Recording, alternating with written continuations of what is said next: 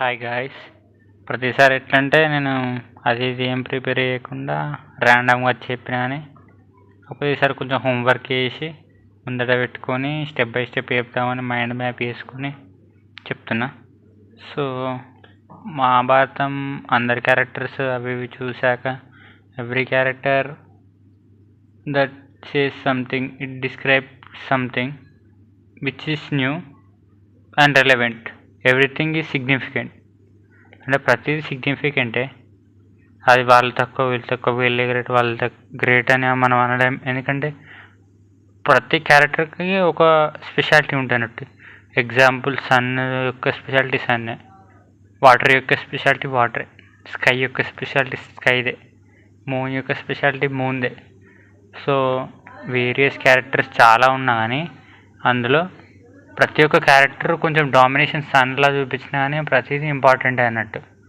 So నాకు అది అనిపించింది కాబట్టి నాకల్లా బాగా నచ్చిన క్యారెక్టర్స్ అంటే బేసికల్లీ ఎక్కువ అర్జునుడు బాగా క్రెడిట్ తెచ్చుకున్నాడు, కృష్ణుడు మొత్తం నడిపించిండు అని అంటారు. కానీ సో అర్జున్కి అలాంటి క్రెడిట్ రావాలి, మరి వస్తుంది కూడా.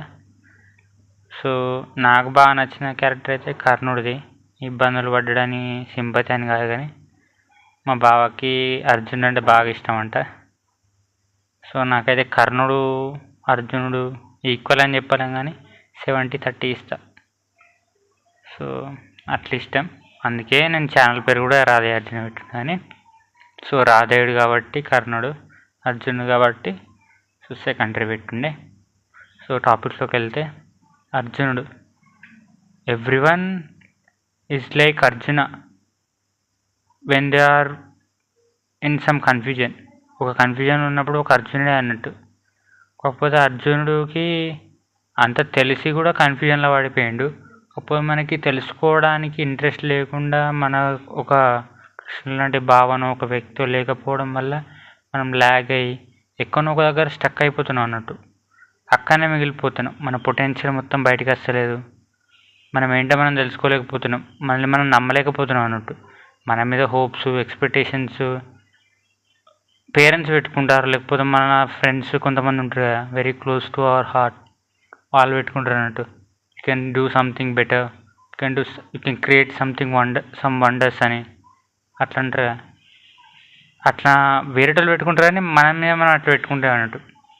జస్ట్ ఏంటిదంటే హోప్ మిస్ అవుతుంది అన్నట్టు, కన్ఫ్యూజన్ వస్తుంది, ఓవర్ థింక్ ఎక్కువ అవుతుంది అన్నట్టు. ఇక్కడ వీక్గా ఫీల్ అవుతారు. స్వామి వివేకానంద ఏమంటారంటే, నీ గురించి నువ్వు ఓన్గా నేను వీక్ అని థింక్ చేయడమే అతిపెద్ద పాపం నువ్వు చేసేదని అన్నట్టు. Weakness is death, bravery is life అంటాడు. అంటే నువ్వు ఎప్పుడైతే వీక్ అనుకుంటావో నువ్వు చచ్చిపోయినట్టు అన్నట్టు. సో మనం ఎప్పుడు కానీ డౌట్గా ఫీల్ అవ్వడం, వీక్గా ఫీల్ అవ్వడం, నా వల్ల ఏం కాదని నిరాశ, నిస్పృహ, బాధపడడం, భయపడడం అనేది వేస్ట్ అన్నట్టు. సో ఈరోజు అర్జున్ తీసుకుంటే అర్జునుడు ఎందుకంత క్రెడిట్ తీసుకున్నాడు. ఇన్ని యుగాలు అయిపోయినా కానీ సంథింగ్ ఒక సెట్ ఎగ్జాంపుల్ లెక్క ఫిక్స్ అయిపోయిండు. ప్రతి కూడా అర్జున్లో ఏం గొప్ప ఉంది అంతగానో మాట్లాడుతూ ఉంటారు. రాజమౌళి కూడా మహాభారతం తీస్తూ అంటాడు, ఏంటి అంతా అని అనుకుంటారు. కానీ సో అర్జున్ ఒక స్టోరీ ఏంటంటే చాలా డిఫరెంట్. అతను ఎదుర్కొన్నాడు, అతని అనుభవం ప్రతి లెసన్ ఉంటాయి. కానీ సో మనం ఎవరైతే ఇప్పుడు ఒక యుద్ధం అంటే మనం సమరం అంటారు కదా, ఏం పెద్ద సమరం కాదు, కానీ కాకపోతే నాకు తెలిసినంత వరకు అయితే కొంచెం సమరం అనుకోండి. సో ఈ యుద్ధంలో మనం గెలవాలంటే కొన్ని డిటర్మినేషన్ తోటి తీసుకొని ముందుకెళ్ళాల్సి ఉంటుంది. దానికోసం స్ట్రాంగ్ మైండ్ కావాలి. ఫస్ట్ దాన్ని ప్రిపేర్ చేయాలి. ఒక్కటే రోజు ప్రిపేర్ కాదు, స్టెప్ బై స్టెప్ ప్రిపేర్ అవుతుంది. కాబట్టి మళ్ళీ మనం రియలైజ్ అవుతూ నేర్చుకుంటూ ముందుకెళ్ళడం ఒకటి మనం చేయగలం. సో యాక్చువల్లీ అర్జున్ అనేటోడు ఈజ్ వెరీ మచ్ క్యూరియస్. అది చాలా కుతూహలం ఉండేది అన్నట్టు, నేర్చుకోవాలి చేయాలి అని. సో ధనుర్ధారి చేస్తాను మాట ఇచ్చినప్పుడు కొన్ని అవి ఇవి అయి ఉంటాయి. కర్ణుడికి నేర్పించేద్దని ద్రోణాచార్యుడు కొంచెం అట్లా ఇచ్చిన మాట కోసం చేయడం. మళ్ళా సో ఏకలవ్యకి కొంచెం అన్యాయం జరిగింది అంటారు. కానీ అవన్నీ కొంచెం పక్కకు పెడితే సో ఎవరో ఏమో చేసిర్రని అర్జున్కి క్రెడిట్ అంతగానం రాదు కదా, అతను కూడా ఎఫర్ట్స్ పెట్టుకుంటాడు.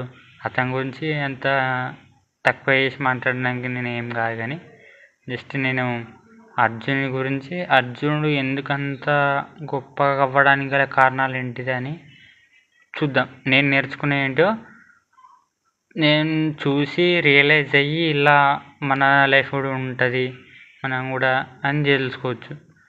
సో ఏంటంటే అర్జునుడు ఎప్పుడు ఎక్సలెన్సీ కోసం పోటీ పడ్డాడు. కర్ణుడు నాకు ఎంత నచ్చినా కానీ కర్ణుడి దగ్గర ఒకటి మైనస్, ఎన్ని మైనస్లు ఉన్నా సరే కానీ ఒక మైనస్ ఏంటి అనిపించింది అంటే అర్జునుడి కంటే గొప్పగా అని చూపించుకోవాలనే పోర్ట్రే చేసిర్రు. సో అదే అయ్యి ఉంటుందిలే, కరెక్టే, సుధపూర్తో అని పిలిచేసరికి అట్లా ఎండ్ కావచ్చని అని అనిపించుండే.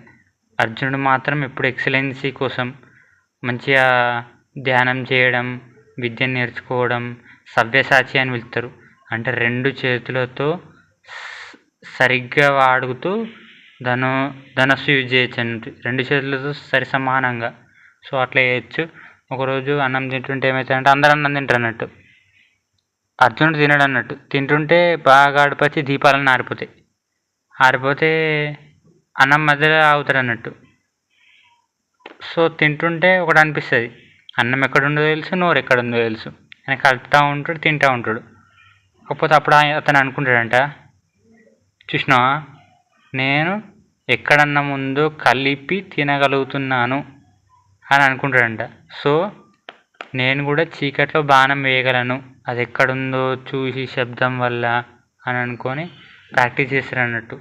చీకట్లో కూడా మంచిగా బాణాలు వేయగలడు, ఎందుకంటే శబ్దం విని అట్లా అన్నట్టు బాగా ప్రాక్టీస్ చేస్తాడు అన్నట్టు.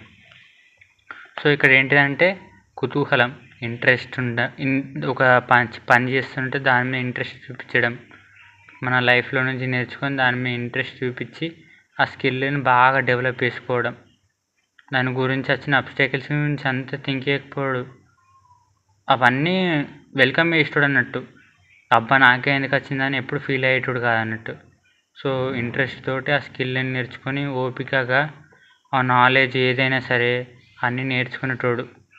సో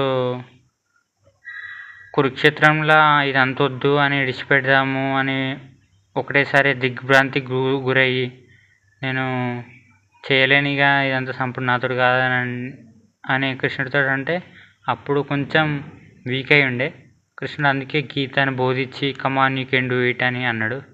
సో అప్పుడు కొంచెం ఓవర్ థింక్ చేసేసరికి అట్లా హోపు లాస్ట్ అయినట్టు, నేను తప్పు చేస్తున్నా అంతా పాపం అవుతుంది అని అనుకున్నాడు. అప్పుడు కొంచెం వీక్ అయిపోయింది అన్నట్టు, అంటే స్టామినా ఉంది చేయగలడు కానీ ఇదంతా కరెక్ట్ కాదు కావచ్చు అని కొంచెం కన్ఫ్యూజన్లో పడ్డాడు అన్నట్టు. సో అప్పుడు అలాంటప్పుడు గీత అనేది హెల్ప్ చేసింది కదా. సో కృష్ణుడు వెన్నంటే ఉన్నాడు, మన అతడు కూడా ఎప్పుడు వెన్నంటే ఉంటాడు కానీ డైరెక్ట్ వచ్చి చెప్పాడు కదా, బట్ మనమే రియలైజ్ కావాలన్నట్టు. సో అట్లా అర్జున్కి అట్లా ఒక దాని మీద ఇంట్రెస్ట్ ఉండి పేషెన్స్ ఉండి దాన్ని నేర్చుకున్నాడు కదా, అట్లా అన్నట్టు. ఈ కోటు నేను సిల్చర్కి వెళ్ళినప్పుడు ఆర్మీ హెడ్ క్వార్టర్స్లో ఒకటి చదివి ఉండే, the more you sweat the less you bleed, desire when you deserve అని ఇవి 2 చదివి ఉండే. అవి ఆల్రెడీ ఒకసారి చూసి ఉండే, కాకపోతే నేను ఆడికి వెళ్ళంగానే నాకు కొంచెం సింక్ అయ్యేటట్టు ఉన్నాయి అన్నట్టు. The more you sweat the less you bleed అంటే నువ్వు ఎప్పుడైతే ఎక్కువ చెమట చిందిస్తావో అప్పుడే నువ్వు ఎక్కువ దెబ్బలు తినకుండా ఉండగలుగుతావు. అందుకే ప్రాక్టీస్ అనేది చాలా ముఖ్యం అన్నట్టు. మనకు కూడా ఏంటిదంటే ముఖ్యం, ఇప్పుడు ఫుట్బాలర్కి మంచి స్టామినా ఉండాలి, మంచి లెగ్స్ ఉండాలి అన్నట్టు. కెమెరామ్యాన్కి మంచి కెమెరా ఉండాలి, మంచి ఐ ఉండాలి, మంచి ఇమాజినేషన్ ఉండాలి, ఎలా తీస్తే బాగుంటుందని. సో ఒక షెఫ్ అయినా సరే మంచిగా 5 స్టార్ షెఫ్స్ ఎట్లుంటారంటే మంచిగా టకటక ఒక మంచి షేప్ వచ్చేటట్టు ఏవైనా కట్ చేస్తారు, ఏది ఇచ్చినా సరే, ఎందుకంటే వాళ్ళకి అందులో స్కిల్ ఉన్నది, వాళ్ళు దాన్ని ప్రాక్టీస్ చేసారు కాబట్టి ఎక్స్పర్ట్స్ అయ్యారు. మనం ఏదైనా సరే అట్లా ప్రాక్టీస్ చేయాలి. Let me take some example, athlete ఉన్నాడు అనుకో, అథ్లెట్ ఉరుకురానంగానే ఉరుకుతాడా, కంటిన్యూస్గా రెగ్యులర్గా ప్రాక్టీస్ చేస్తూనే ఉంటాడు.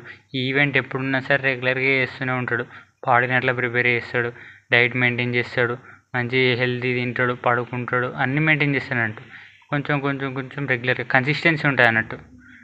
స్పోర్ట్స్లో బాగా అనిపిస్తుంది మనకు, అందులో కన్సిస్టెన్సీ ఉంటుంది. మళ్ళీ నేను రీసెంట్గా ఒలింపిక్స్ చూసిన కదా, చాలా ఈవెంట్ చూసేసరికి ఇలాంటివి కూడా ఉంటాయా అనుకున్నా. డెకత్లాన్ ఉండే. డెకత్లాన్ అంటే 1 పర్సన్ అన్ని ఈవెంట్స్ చేయాలన్నట్టు. అథ్లెటిక్స్లో రన్స్ ఉంటాయి, త్రోస్ ఉంటాయి, జంప్స్ ఉంటాయి, అవిటి అన్నీ కలిపి పాయింట్స్ ఉంటాయి అన్నట్టు. అంటే వాడికి ఒక్క దాంట్లోనే ప్రావీణ్యం అని కాదు, అందులో కొంచెం ఉంటే సరిపోతుంది. ఒక దాంట్లో ఉంటే ఒక దాంట్లో స్కోర్ చేస్తాం, మిగతా దాంట్లో రాదు కదా. అట్లని జంప్స్ ఉంటాయి, త్రోస్ ఉంటాయి, రన్స్ ఉంటాయి, అట్లా డిఫరెంట్ చేయాలి. హర్డిల్స్ కూడా చేయాలి అట్లా. అదే ఇప్పుడు మనం ఒకటి తీసుకున్నాం అనుకో, త్రోస్ అయితే వానికి అప్పర్ బాడీ స్ట్రెంతే ఉండాలి. రన్నర్ అయింది అనుకో లెగ్ స్ట్రెంత్ ఉండాలి బాగా ఉరకనికి కదా, అట్లా అన్నట్టు. సో మనం ఇప్పుడు ఏంటంటే ముఖ్యంగా ఏంటంటే మనం ఫస్ట్ మన మైండ్ని మంచిగా ప్రిపేర్ చేసుకోవాలి. అర్జున్లా మైండ్ని మంచిగా ప్రిపేర్ చేసుకొని పేషెన్స్, కరేజ్తో ముందుకెళ్ళాలి. పేషెన్స్తో, కరేజ్తో ఎప్పుడూ రెడీగా ఉండాలన్నట్టు. ఎఫిషియెంట్ వెపన్ రెడీ చేయాలన్నట్టు. మన మైండ్, మనం ఏంటి అని ఎందులో ప్రావీణ్యం. సేమ్ ఇంతకుముందు చెప్పిన కదా, ఒక ఫుట్బాలర్కి లెగ్స్ స్టామినా ఎట్లా, ఒక పర్సన్కి వెపన్ ఎట్లా, ఒక అథ్లెటిక్కి బాడీ ఎట్లా, ఒక మంచిగా చదివేటోడికి మైండ్ ఎట్లా, అట్లా పడాల. వెపన్ రెడీ చేసుకోవాలి, ప్రాక్టీస్ కూడా చేయాలి. Weapon without practice it can't do anything, right. Warrior అయినా సరే రెగ్యులర్గా ప్రాక్టీస్ చేస్తే సక్సెస్ఫుల్ అవుతాడు కదా. సో అప్పుడే విక్టరీ వరిస్తుంది. సింపుల్ లాజిక్ కదా. సో ఇదే చేయాలన్నట్టు. సో ఏంటిదంటే నేచర్ మనకు బాగా నేర్పిస్తున్నట్టు. Nature always talks to you, okay. Regularly never forget to talk with it. అందరూ మాట్లాడకుండా ఎప్పుడు మర్చిపోకన్నట్టు, ఎప్పుడు మాట్లాడుతూ ఉండు. Nature makes you better.